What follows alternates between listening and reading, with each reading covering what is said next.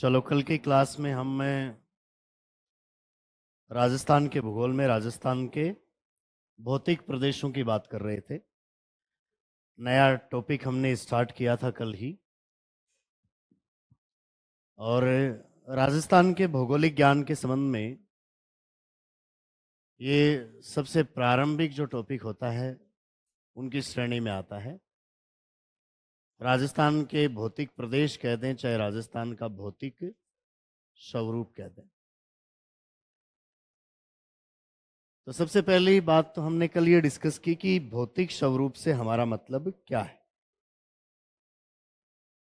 राजस्थान का धरातल प्राकृतिक रूप से कैसा बना हुआ है उसकी हमें जानकारी लेनी है, उसका अध्ययन करना है। इसमें मानवीय कारकों का क्या योगदान है, उसके कारण क्या परिवर्तन हुए हैं, उनको जानने की जरूरत नहीं है। केवल कौन से पक्ष को देखेंगे, भौतिक या प्राकृतिक पक्ष को देखेंगे। और भौतिक विशेषताओं को ध्यान में रखते हुए हमने राजस्थान प्रदेश को 4 भागों में बांटा है। उनमें से प्रत्येक भाग के अंतर्गत राजस्थान का कितना क्षेत्रफल आता है, कितनी जनसंख्या आती है और वो किसका हिस्सा है, कौन से भूखंड का हिस्सा है। ये 2-3 तरीके की बातें हैं जो आपको इस टॉपिक से प्रारंभिक जो वर्गीकरण है उससे पूछी जाती है। तो इसके बारे में हमने एक सारणी बनाकर बात कर ली थी। सबसे पहला बिंदु, अब हमें जो 4 भौतिक प्रदेश हैं जिनमें एक है उत्तर पश्चिम का मरुस्थलीय मैदानी प्रदेश, एक मध्यवर्ती भाग में अरावली पर्वतीय प्रदेश, अरावली के पूर्व में एक फिर से नदियों द्वारा निर्मित जलोढ़ मैदान है जिसको हम कह देते हैं पूर्वी मैदानी प्रदेश, और राजस्थान का दक्षिणी पूर्वी भाग एक पठार के रूप में है जिसको दक्षिणी पूर्वी पठारी प्रदेश के नाम से जानते हैं। सबसे पहला भाग हम डिस्कस करते हैं अभी, वो है कौन सा, राजस्थान का उत्तरी पश्चिमी मरुस्थलीय प्रदेश।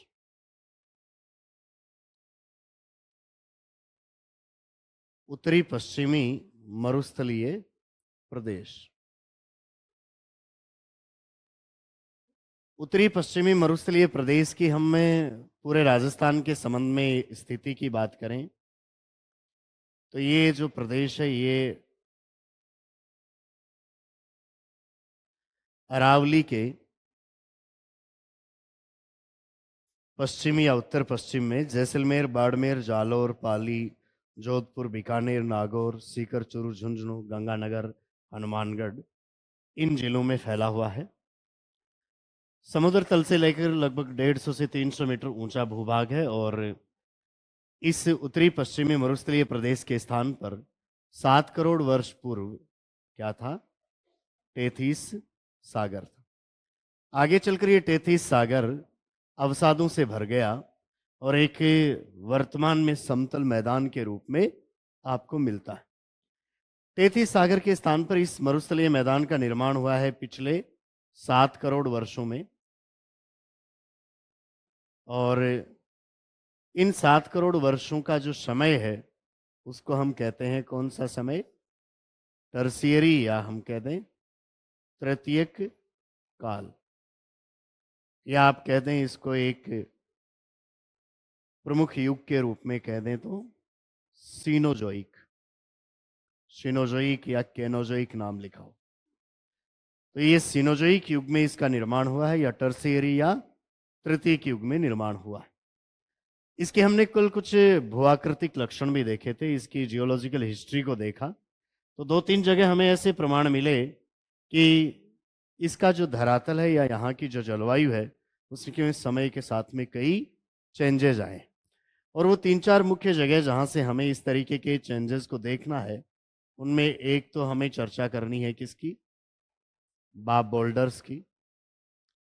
दूसरा, जोधपुर में ही भादुरा क्षेत्र के बालू का पत्थर। इसके अलावा आकल जो कि जैसलमेर में है, और ब्रह्मसर, वहाँ के वानस्पतिक निक्षेप या हम कहते हैं वानस्पतिक जीवाश्म।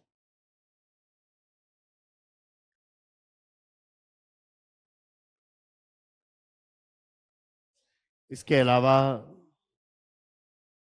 जैसलमेर में ही कौन सा लाठी सीरीज, जो कि भूमिगत जल के भंडार के रूप में जाना जाता है, जो कि सरस्वती नदी का अवशेष माना जाता है।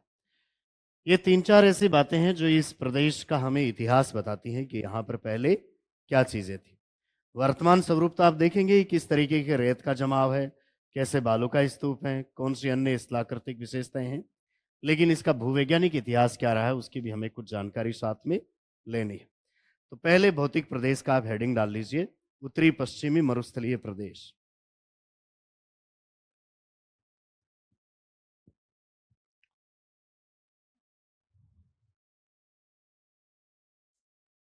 उत्तरी पश्चिमी मरुस्थलीय प्रदेश।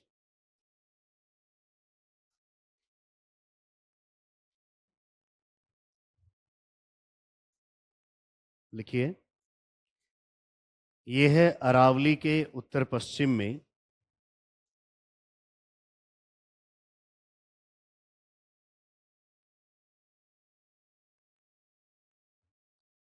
यह है अरावली के उत्तर पश्चिम में जैसलमेर, जैसलमेर, बाड़मेर, जैसलमेर, बाड़मेर, जालौर, जालौर, पाली, जैसलमेर, बाड़मेर, जालौर, पाली, जोधपुर, जोधपुर, नागौर, बीकानेर, नागौर, बीकानेर, सीकर, चूरू, झुंझुनू,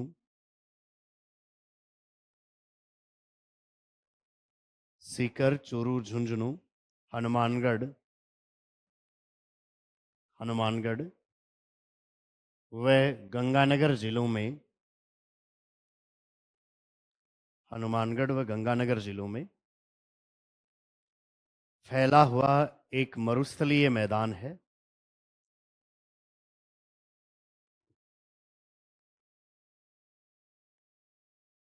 फैला हुआ एक मरुस्थलीय मैदान है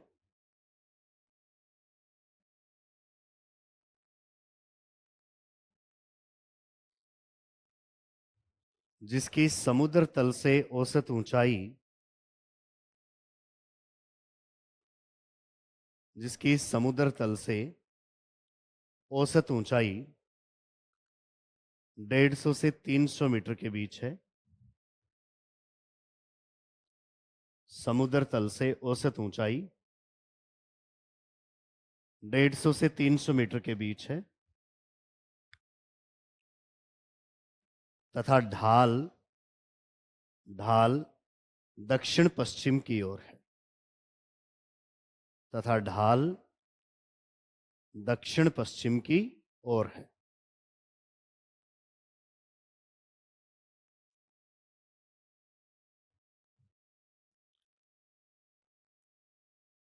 अब ये तो हमने इसकी अवस्थितिकी की बात की है। राजस्थान के कुल क्षेत्रफल के 61.1% भाग पर फैला हुआ है। 40% इसमें जनसंख्या निवास करती है। ये बातें हम ऑलरेडी पहले सारणी में लिख चुके हैं। इसका इतिहास देखा जाए तो इसके स्थान पर 7 करोड़ साल पहले टेथिस सागर था और उसी के स्थान पर पिछले 7 करोड़ वर्षों में यानी टर्सियरी या तृतीय काल या शिनोजयी काल में इस मरुस्थलीय मैदान का निर्माण हुआ है। तो लिखिए अगला बिंदु, इसके स्थान पर 7 करोड़ वर्ष पूर्व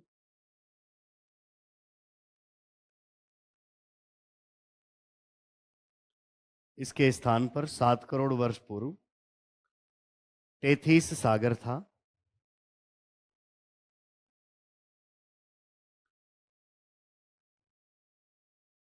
इसके स्थान पर 7 करोड़ वर्ष पूर्व टेथिस सागर था।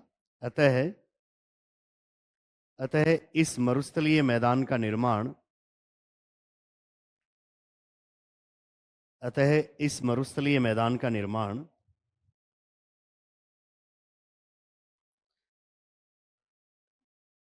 पिछले 7 करोड़ वर्षों में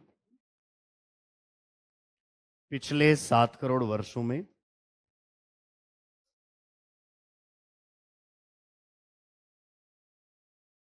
सीनोजोइक,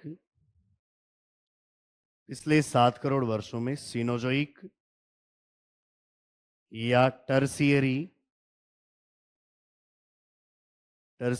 या तृतीयक काल में हुआ है। सीनोजोइक या टर्सियरी या तृतीयक काल में हुआ है।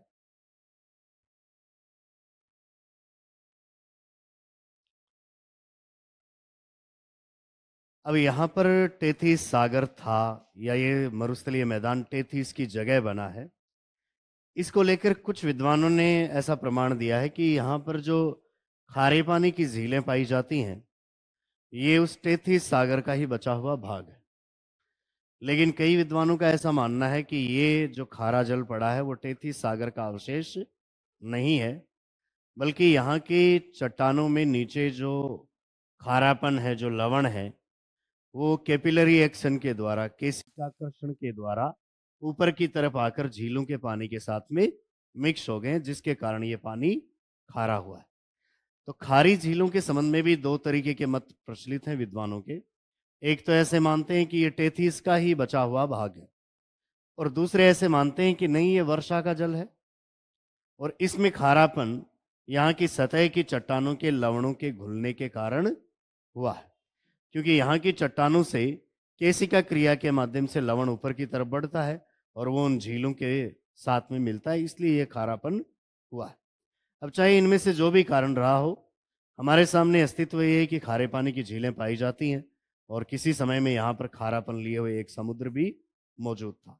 तो लिखिए अगला बिंदु। ऐसा माना जाता है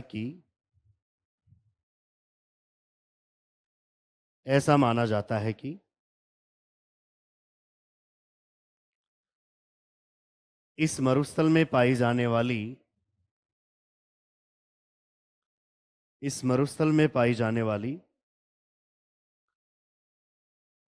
खारे पानी की झीलें, इस मरुस्थल में पाई जाने वाली खारे पानी की झीलें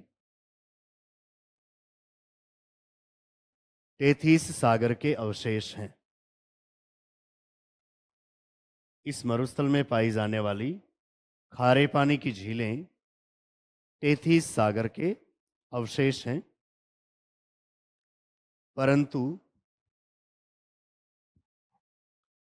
परंतु कुछ विद्वानों का मानना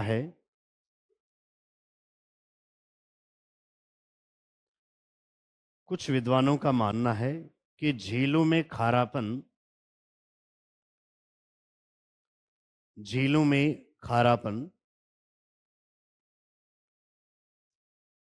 केशिका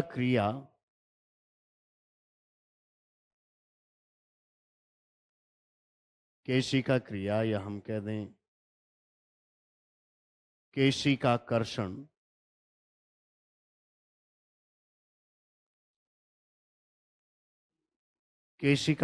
द्वारा हुआ है।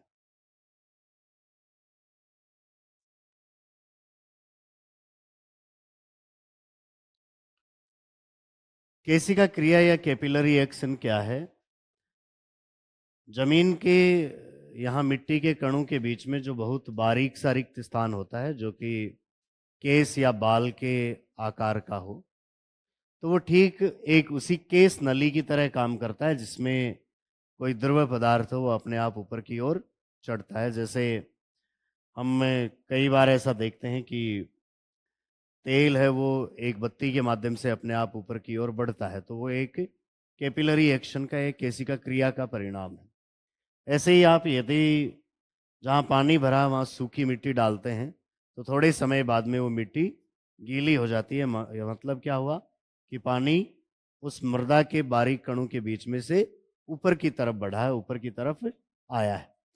तो ऐसी प्रोसेस भूगर्भ से ऊपर की तरफ होती रहती है और उसके साथ में कुछ लवण भी घुलकर ऊपर आते हैं और वो झीलों के साथ में घुल जाते हैं, तो ये खारापन उसका परिणाम है, ऐसा कुछ विद्वानों का तर्क है।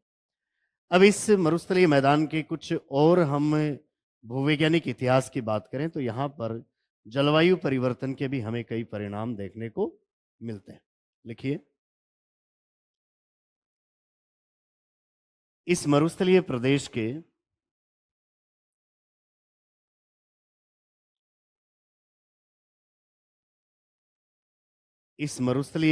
के भूवैज्ञानिक इतिहास को देखा जाए,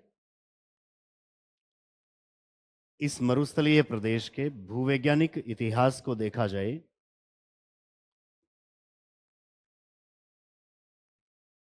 तो यहाँ जलवायु परिवर्तन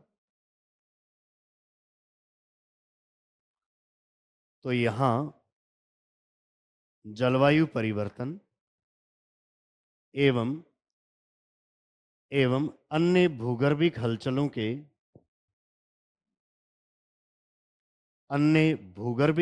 के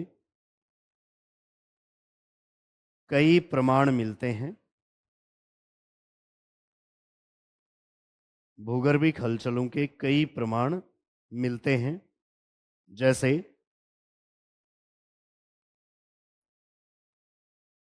जैसे इसमें एक प्रमाण के रूप में हम देखें तो जोधपुर क्षेत्र में पाए जाने वाले बाब बोल्डर्स, जो कि काफ़ी पुराने निक्षेप हैं, लगभग आज से 25-30 करोड़ साल से भी पुराने, जो कि भूवैज्ञानिक इतिहास में देखा जाए तो कार्बोनिफेरस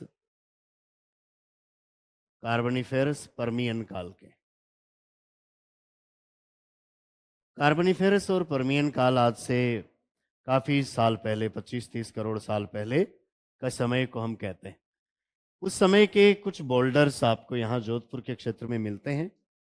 उनके ऊपर, बोल्डर्स का मतलब है बहुत बड़े आकार के पत्थर हैं जिनका व्यास 256 mm से ज़्यादा रहा है, या हम कहते हैं लगभग 1 फीट या इससे बड़े व्यास वाले कुछ पत्थर हैं जिनके ऊपर आपको हिमानी या ग्लेशियर के घर्षण की खरोंचें देखने को मिलती हैं।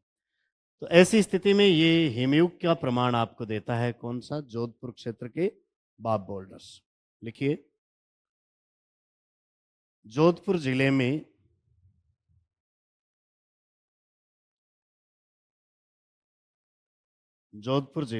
बाप क्षेत्र में पाए जाने वाले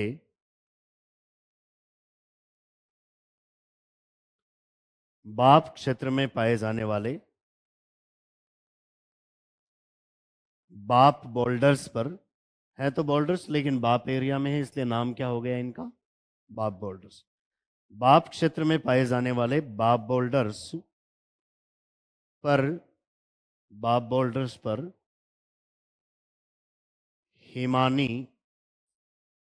हिमानी लिख लें, या आप लिख सकते हैं क्या? ग्लेशियर।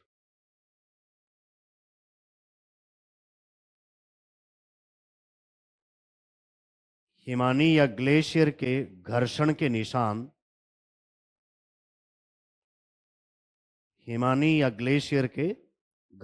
निशान पाए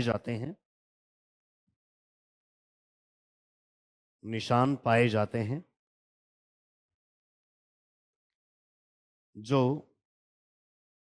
जो हिमयुग का प्रमाण देते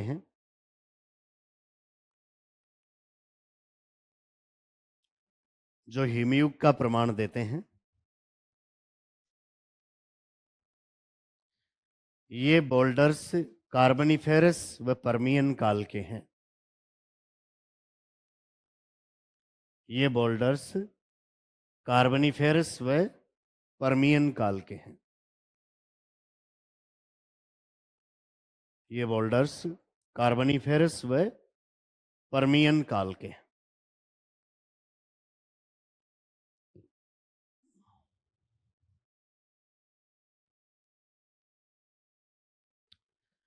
दूसरा हम एक प्रमाण देखें तो जोधपुर के ही भादुरा क्षेत्र में पाए जाने वाले सैंडस्टोन या बालूका पत्थर या बालूकाश्म, ये समुद्री जमाव के प्रमाण हैं जो टेथिस सागर की उपस्थिति को प्रमाणित करते हैं। लिखिए अगला बिंदु, जोधपुर में पाए जाने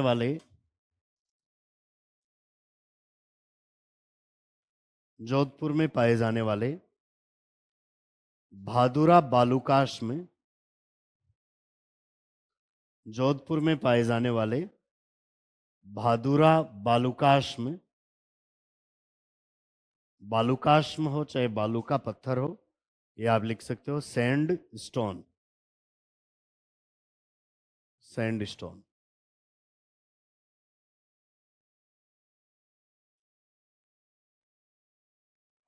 जोधपुर में पाए जाने वाले भादुरा बालुकाश्म समुद्री जमाव के प्रमाण हैं। भादुरा बालुकाश्म समुद्री जमाव के प्रमाण है। तो यहां टेथिस की उपस्थिति प्रमाणित हो रही है। एक तरफ यहां पर ग्लेशियर या हिमानियों की उपस्थिति प्रमाणित हुई है। अलग अलग समय में हम बात करें, आगे चलें तो लगभग आज से 18-20 करोड़ साल पहले की बात करें तो उस समय के कुछ निक्षेप आपको मिल रहे हैं जैसलमेर के आकल और ब्रह्मसर एरिया में। आकल और ब्रह्मसर में कुछ पेड़ पौधों के जमाव के निक्षेप के अवशेष पाए गए हैं। भूगर्भ में वो पेड़ पौधे कुछ उथल पुथल के कारण समा गए थे और करोड़ों वर्षों में, इन 18-20 करोड़ साल में अपर्दन के बाद में वो हमें वापस सतह पर दिखाई देने लगे। वो सभी पेड़ पौधे एक कठोर पत्थर जैसी चट्टान में परिवर्तित हो चुके हैं, लेकिन वो यहाँ पर पुराने समय में जो वनस्पति पाई जाती थी उसके प्रमाण है। और उस टाइप की वनस्पति जैसलमेर की जो आज की जलवायु है, आकल और ब्रह्मसर की, उसमें वैसी वनस्पति का उत्पन्न होना असंभव है। तो पुराने समय में इस एरिया में ऐसी वनस्पति रही होगी, तो उसका कारण यहाँ की जलवायु अलग प्रकार की होना पाया गया। ये जो आकल और ब्रह्मसर में पेड़ पौधों के जमाव जो पाए गए हैं, ये शीतोष्ण कटिबंधीय जलवायु के लक्षण है। शीतोष्ण कटिबंधीय जलवायु में जैसी वनस्पति पाई जाती है वैसे लक्षण है, और साथ ही समुद्र तटीय जलवायु में पाए जाने वाले जो पेड़ पौधे होते हैं उनके भी हमें निक्षेप जैसलमेर के आकल और ब्रह्मसर में मिले।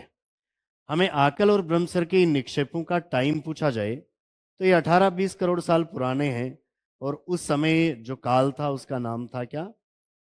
जुरेसिक काल के। लिखिए अगला बिंदु। जैसलमेर के आकल व ब्रह्मसर में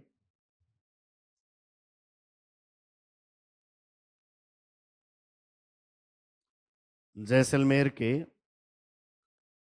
आकल व ब्रह्मसर में 18 करोड़ वर्ष पुराने, जैसलमेर के आकल व ब्रह्मसर में 18 करोड़ वर्ष पुराने, 18 करोड़ वर्ष पुराने जुरेसिक काल के समुद्री निक्षेप पाए गए हैं। जुरेसिक काल के समुद्री निक्षेप पाए गए हैं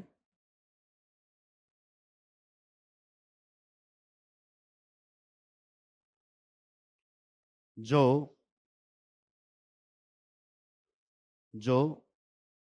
यहां उस समय पाई जाने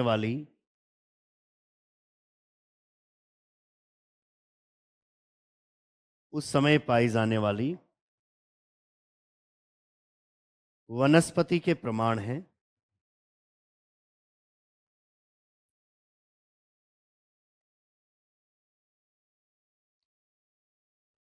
यहां पाई जाने वाली वनस्पति के प्रमाण हैं। आगे लिखिए, ये वानस्पतिक जीवाश्म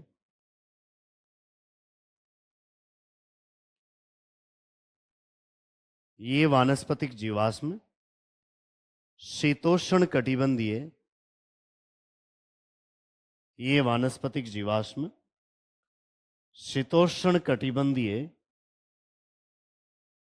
व समुद्र तटीय वनस्पति के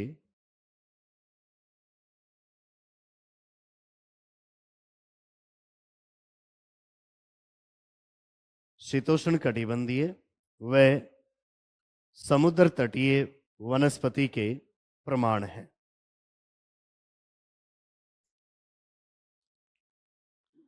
अब आप वानस्पतिक जीवाश्म कह दें या आप कह दें वुड फॉसिल। वुड का मतलब लकड़ी या वनस्पति से हो गया, और फॉसिल का मतलब हुआ क्या? जीवाश्म। अब आप बहुत बार पढ़ते हैं, परीक्षा में प्रश्न भी आता है, आकल वुड फॉसिल पार्क कहां पर है? आकल वुड फॉसिल पार्क। तो पार्क नाम आने का मतलब ये नहीं है कि वो हरा भरा कोई दूब लगा हुआ उद्यान है। ये विशेषकर आकल के आसपास का वो एरिया है जहां पर ऐसे जीवाश्म पड़े हैं।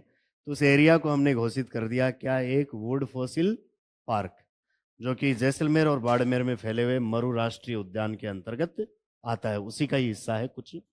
तो आकल वुड फॉसिल पार्क के नाम से प्रश्न आए तो आपको वही पूछा जा रहा है, जैसलमेर के आकल गांव के आसपास जो वानस्पतिक जीवाश्म मिले उनकी बात है। तो एक तो इनका काल पूछा जाता है कि ये कौन से काल के हैं। तो ये जुरेसिक काल के हैं, कितने पुराने हैं, ये बात पूछ सकते हैं। या वानस्पतिक जीवाश्मों के संदर्भ में ये पूछा जा सकता है कि वो कौन से स्थान पर मिले हैं जो कि शीतोष्ण कटिबंधीय या समुद्र तटीय वनस्पति की विशेषताओं से युक्त हैं। तो वो हमें जैसलमेर में आकल और ब्रह्मसर में मिले। इसके आगे अगली हमें भूवैज्ञानिक इतिहास की एक विशेषता देखें तो इस एरिया में जैसलमेर के लाठी क्षेत्र में जो अवसादी चट्टानें हैं उनमें आपको भूमिगत जल का बहुत बड़ा भंडार मिलता है। और उस भूमिगत जल के भंडार का अनुमान हमने ये लगाया कि वैदिक काल में यहाँ पर जो प्रवाहित होती थी कौन सी? सरस्वती नदी, उसी का अवशेष है वो लाठी सीरीज की चट्टानों में पाया जाने वाला पानी। तो लिखिए अगला प्रमाण, जैसलमेर के लाठी व चांदन क्षेत्रों में एक दूसरा नाम आता है कौन सा? चांदन या चांदन लिखा हुआ। जैसलमेर के लाठी व चांदन क्षेत्रों में पाई जाने वाली अवसादी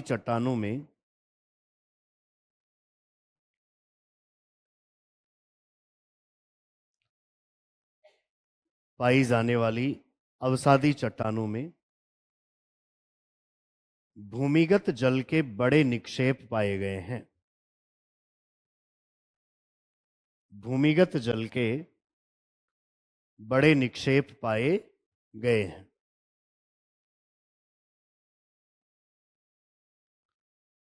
जिनके बारे में ऐसा माना जाता है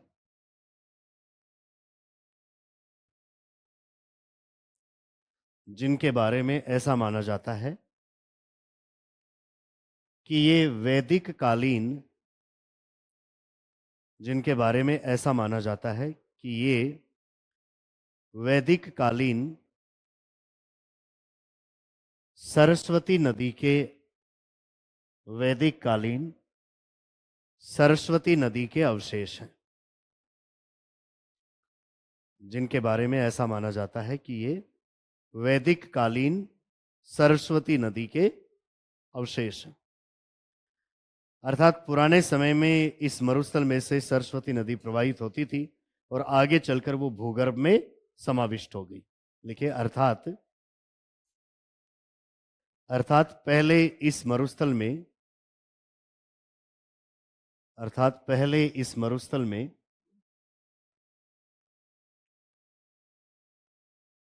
सरस्वती नदी प्रवाहित होती थी।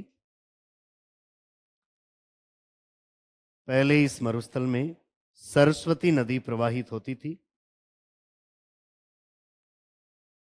जो आगे चलकर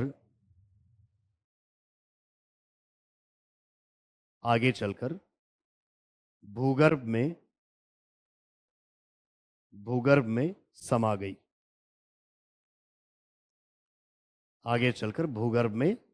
गई। इस एरिया से हम इस भूमिगत जल को बाहर निकालने की प्रक्रिया देखें तो चांदन क्षेत्र में हमने जो नलकूप बनाया हुआ है उससे काफ़ी ज़्यादा मात्रा में हमें भूमिगत जल प्राप्त होता है। उसको हम कहते हैं थार का घड़ा। कई बार ऐसा प्रश्न होता है कि थार का घड़ा किसे कहा जाता है? तो किसको? चांदन नलकूप को।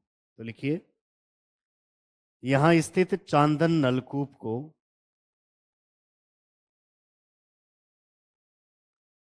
यहाँ स्थित चांदन नलकूप को थार का घड़ा कहा जाता है।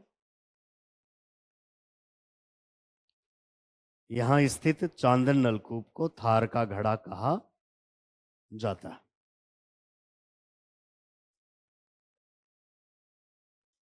तो ये तो कुछ ऐसी बातें हमें इस मरुस्थलीय मैदान के इतिहास में मिली कि पहले यहाँ की जलवायु कैसी थी, यहाँ पर किस किस तरीके की वनस्पति पाई जाती थी, कालांतर में क्या परिवर्तन हुए हैं, और आज का समय हम देखें तो अत्यंत न्यून वर्षा वाला ये एक मरुस्थल के रूप में जलवायु की अगर विशेषताएं देखें तो मरुस्थल के रूप में विद्यमान है, जो कभी पहले बहुत ठंडा भी रहा है, कभी जो समुद्र के नीचे भी दबा रहा है, कभी जो शीतोष्ण कटिबंधीय, न बहुत ज़्यादा ठंडा और न बहुत ज़्यादा गर्म, ऐसी जलवायु की विशेषताओं को लिए हुए भी था। अब इस मरुस्थलीय प्रदेश में हम यहाँ पाए जाने वाले डेजर्ट का प्रकार देखें तो पूरे एरिया में मरुस्थल की स्थलाकृतिक विशेषताएं एक जैसी नहीं है। कहीं पर यह मरुस्थल आपको सिर्फ एक बड़े रेत के जमाव के रूप में मिलता है जो बहुत मोटे कणों वाली है। कहीं कहीं आप ऐसा देखोगे कि रेत बिल्कुल भी नहीं है, पूरी सतह एक कठोर चट्टान की तरह जमी हुई है। कई जगहों पर आप ऐसा देखोगे कि बहुत सारे छोटे छोटे पत्थर सतह के ऊपर टुकड़ों के रूप में पड़े हुए हैं और उनके बीच बीच में रेत का जमाव है। तो इस डेजर्ट में हमें 3 टाइप की विशेषताएं देखने को मिलती हैं। एक तो किस प्रकार का मिलता है, पूर्णतया रेत के प्रकार वाला मिलता है। यहाँ इस पश्चिमी प्रदेश में पाए जाने वाले मरुस्थल के प्रकार की यदि हम बात करें तो एक तो है पूरी तरीके से कैसा, रेतीला, रेतीला कह दें या हम सैंडी डेजर्ट कह दें, जिसमें मोटी रेत का जमाव है, बहुत बड़े बड़े बालू का स्तूप या टीले पाए जाते हैं। दूसरा प्रकार देखा जाए तो पूरी तरीके से कठोर चट्टान के रूप में जमा हुआ भी मिलता है। तो कहीं तो मुलायम रेत के रूप में पड़ी हैं चट्टानें और कहीं कठोर चट्टान के रूप में जमी हुई पड़ी है, और कहीं पर देखा जाए तो वह पथरीला, वह मिश्रित कह सकते हैं, जिसमें रेत का भी जमाव है और बड़े और मोटे बीच में कंकड़ पत्थरों का जमाव भी। अब आप इस मरुस्थल की सरफेस को राजस्थान के अलग अलग एरिया में घूमकर देखें तो आपको तीनों के आपको प्रूफ मिल जाएंगे। पहली बात, बहुत बड़ा एरिया देखेंगे उस पर तो क्या है, रेत, और रेतीले मरुस्थल के लिए एक दूसरा शब्द भी हम प्रयोग में लेते हैं, वह है कौन सा, इर्ग या अर्ग।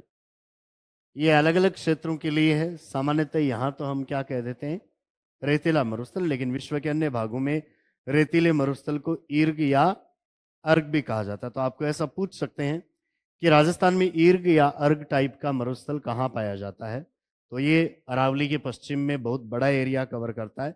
60% के आसपास एरिया पर आपको इसी तरीके से रेत का जमाव ही मिलता है। दूसरा, एक बड़ा ऐसा क्षेत्र आपको ऐसा भी मिलेगा जो कठोर चट्टान के रूप में जमा हुआ है, जिस पर रेत नहीं है लेकिन सतह बिल्कुल जमी हुई और फ्लैट है। ऐसे कठोर चट्टानी मरुस्थल को हम कहते हैं हमदा या हमादा। एक ही बात है, हमदा नाम आए चाहे हमादा नाम आए। और तीसरी बात आप देखेंगे कई जगह है सतह पर ऐसे बहुत बड़े बड़े पत्थर आपको ऐसे मिलेंगे, छोटे बड़े पत्थर नुकीले, और उनके बीच बीच में आपको मिलेगी क्या, रेत भी। सामान्यतः जहां वायु की अपर्दन क्रिया तीव्र होती है वहां पर ये रेत तो जो हल्की होती है वो हवा के द्वारा लगातार उड़ती जाती है और कहीं भी अवरोध आता है वहां जाकर जमा हो जाती है, और इन पत्थरों पर उस हवा के लगातार घर्षण के कारण ये पत्थर हो जाते हैं नुकीले। तो आप ऐसे डेजर्ट में जाओगे तो वहां पर आपको नंगे पैर चलना कठिन काम हो जाएगा, क्योंकि सतह पर बहुत सारे नुकीले पत्थर आपको मिलेंगे। ऐसा जो मरुस्थल होता है उसको हम कहते हैं क्या? सहारा जो अफ्रीका में है वहां पर उसको रेग, मिस्र में हम चलेंगे तो ऐसे मरुस्थल को कहते हैं सेरीर। तो रेग या सेरीर टाइप का मरुस्थल वो होता है जिसमें सतह पर बहुत सारे नुकीले पत्थर आपको मिलते हैं, बीच बीच में रेत भी मिलती है। रेत कई बार अत्यधिक अपरदन के कारण उड़ जाती है, तो आपको जो सरफेस है वो ऐसी दिखती है कि जैसे किसी ने बहुत सारे पत्थर लाके यहाँ पर डाले हों, बिखेर दिए हों, ऐसा लगता है। लेकिन वास्तव में बिखेरे किसी ने नहीं है, वो मिश्रण था रेत का और मोटे कंकड़ पत्थरों का। तो बीच बीच में से कहीं कहीं से जो कंकड़ पत्थर थे वो अपक्षय की क्रिया से चूर्ण या रेत के रूप में कन्वर्ट होकर वहां से उड़ गए। लेकिन उनके बीच में जो भाग कठोर टुकड़ों के रूप में रह गया वो हवा के साथ उड़ नहीं पाए और वो सतह पर पड़े हुए आपको मिल जाते हैं। तो इस टाइप का भी डेजर्ट आपको देखने को मिलता है। कठोर चट्टानी या हमदा टाइप का देखें तो आप पोखरण, फलोदी, इस एरिया में चलेंगे तो ये पूरा एरिया एक कठोर चट्टान की तरह समतल फर्श के रूप में जमा हुआ है, जो विशेषकर नागौर से लेकर जैसलमेर तक, जोधपुर होते हुए इस एरिया में बहुत जगह आपको ऐसी मिलेंगी जो कठोर चट्टान या हमदा के रूप में जमी हुई है। आप सीकर के एरिया में देखेंगे तो यहाँ पर सामान्यतः जो मरुस्थल है वो कैसा है? रेतीले प्रकार का ही है। अन्यथा यहाँ पर अरावली है या रेतीला मरुस्थल है। आप बीकानेर या गंगानगर, हनुमानगढ़ की तरफ भी जाएंगे तो ज़्यादातर रेत का ही जमाव मिलेगा। लेकिन उसके आगे चलते हुए फिर बीकानेर, जोधपुर, नागौर, जैसलमेर का बहुत बड़ा हिस्सा ऐसा है जो बिना रेत के है और जो कठोर चट्टानी या हमदा के रूप में देखने को मिलता है। तो लिखिए अगला बिंदु। पश्चिमी राजस्थान का मरुस्थल पश्चिमी राजस्थान का मरुस्थल विभिन्न स्थानों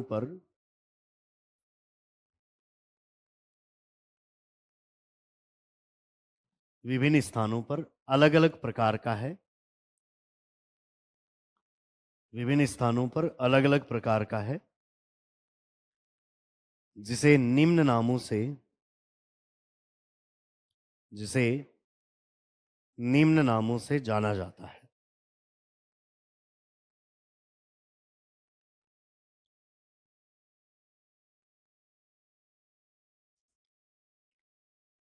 निम्न नामों से जाना जाता है। पहला लिखिए रेतीला मरुस्थल। रेतीला मरुस्थल, और इसके सामने लिख लीजिए ईर्ग या अर्ग। रेतीला मरुस्थल, रेतीले मरुस्थल को कहते हैं क्या? ईर्ग या अर्ग। दूसरा प्रकार लिखिए कठोर चट्टानी मरुस्थल। कठोर चट्टानी मरुस्थल, और इसके सामने लिखिए हमदा या हमादा। कठोर चट्टानी मरुस्थल, हमदा या हमादा।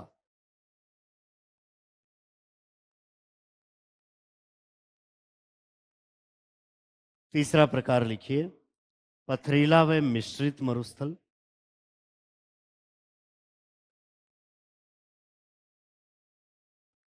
पथरीला व मिश्रित मरुस्थल,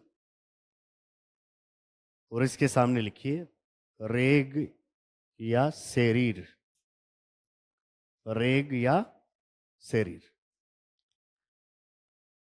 राजस्थान में हम इस पूरे मरुस्थलीय प्रदेश को देखें तो इसमें बहुत बड़ा भाग ऐसा भी है जो रेत के जमाव से वंचित है, जिसको हम रेत मुक्त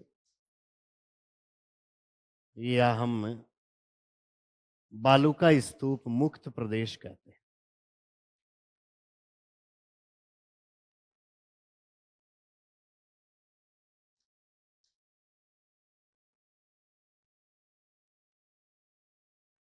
ये जो पश्चिमी मरुस्थल है, इस मरुस्थल में लगभग 41.5% एरिया ऐसा है जिस पर रेत का जमाव नहीं पाया जाता है, जिस पर बालू का स्तूपों का जमाव नहीं है। बहुत बार ये फैक्ट परीक्षा में आपको पूछा गया है सीधा सीधा कि पश्चिमी मरुस्थलीय प्रदेश का कितना प्रतिशत भाग बालू का स्तूप मुक्त प्रदेश के अंतर्गत आता है। तो कितना प्रतिशत भाग आता है? 41.5% भाग आता है। विशेषकर इस एरिया का एक साथ जो बड़ा जमाव हमें देखने को मिलता है वो कहाँ से? पोखरण से लेकर फलोदी के बीच का एरिया है, वो बालू का स्तूप मुक्त प्रदेश है। वहां पर आपको किसी भी प्रकार के बालू का स्तूप देखने को नहीं मिलते। यदि पश्चिमी मरुस्थलीय प्रदेश के 41.5% भाग पर बालू का स्तूप नहीं है तो फिर कितने प्रतिशत भाग पर हैं? तो दूसरा आपके सामने फैक्ट फिर यह बनता है, बालू का स्तूप युक्त प्रदेश। तो बालू का स्तूप मुक्त में तो आ गया 41.5 और बालू का स्तूप युक्त में आ गया है फिर कितना? 58.5, यानी 41.5% भाग पर पाए जाते हैं। तो सॉरी 41.5% भाग पर नहीं पाए जाते हैं। तो कितना भाग ऐसा है जिस पर पाए जाते हैं? तो कितना बचा? 58.5% बचा। 58.5 और 41.5 कितना हो गया? 100%। तो लगभग में अगर बात करें तो 60% एरिया पर पश्चिमी मरुस्थल राजस्थान का तो कितना है? 61.1। अब हम जो बात कर रहे हैं प्रतिशत, वो पूरे राजस्थान के संदर्भ में नहीं है, वो केवल और केवल किसकी बात हो रही है? इस एरिया की ही बात हो रही है। इसका 41.5% भाग ऐसा है जिस पर बालू का स्तूप नहीं है और इसका 58.5% भाग ऐसा है जिस पर बालू का स्तूप पाए जाते हैं। तो अगला फैक्ट लिखिए,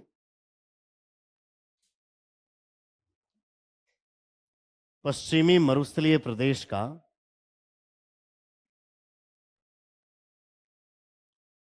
पश्चिमी मरुस्थलीय प्रदेश का 41.5% भाग 41.5% भाग बालू का स्तूप मुक्त प्रदेश के अंतर्गत 41.5% भाग बालू का स्तूप मुक्त प्रदेश के अंतर्गत आता है। बालू का स्तूप मुक्त प्रदेश के अंतर्गत आता है जिसका अधिकांश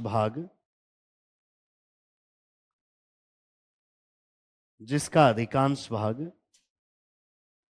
पोखरण से फलोदी के बीच है। जिसका अधिकांश भाग पोखरण से फलोदी के बीच है।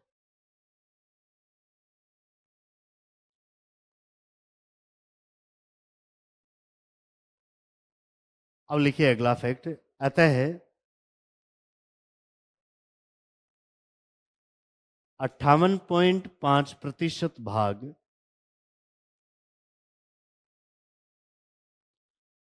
58.5% भाग बालू का स्तूप युक्त प्रदेश के अंतर्गत